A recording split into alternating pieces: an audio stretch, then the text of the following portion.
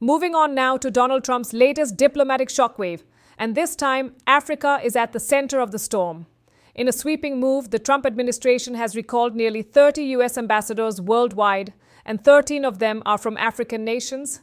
Countries like Nigeria, Rwanda, Senegal, Somalia, and Uganda have suddenly been left without America's top diplomatic voice. The notices went out last week. Their message was blunt: your tenure ends in January. These ambassadors were appointed under the Biden administration. The State Department insists this is standard procedure, saying the president has every right to install envoys who push his America First agenda. But critics say this move sends a loud signal.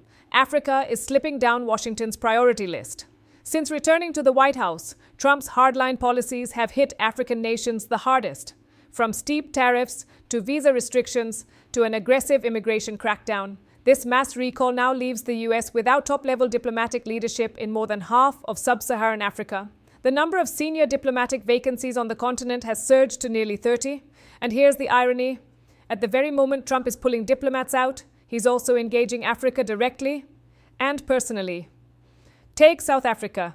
Trump's feud with Pretoria is escalating fast.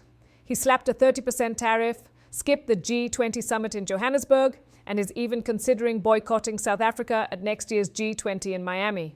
Why? Trump is unhappy with President Cyril Ramaphosa's domestic policies, and even more furious over South Africa's genocide case against Israel, a key U.S. ally.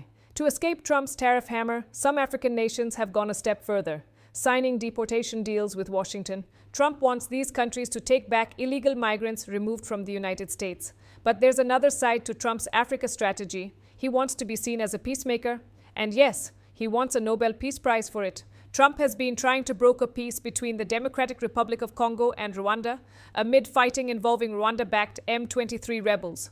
Earlier this month, he even announced a peace deal, followed quickly by strategic mineral agreements with both countries. The plan? Economic integration instead of endless conflict. But on the ground, the fighting hasn't stopped.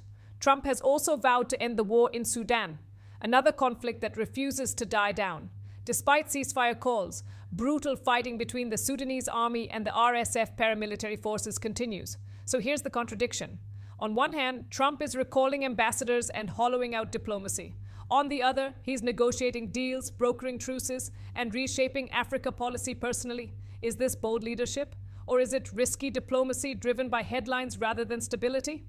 One thing is clear. Trump's America First doctrine is redefining U.S.-Africa relations, and the impact could be felt for years. We'll keep tracking every move, want facts without fluff, developments without delay, and news that cuts straight to the point. This is Gio's News Updates, your window into what really matters.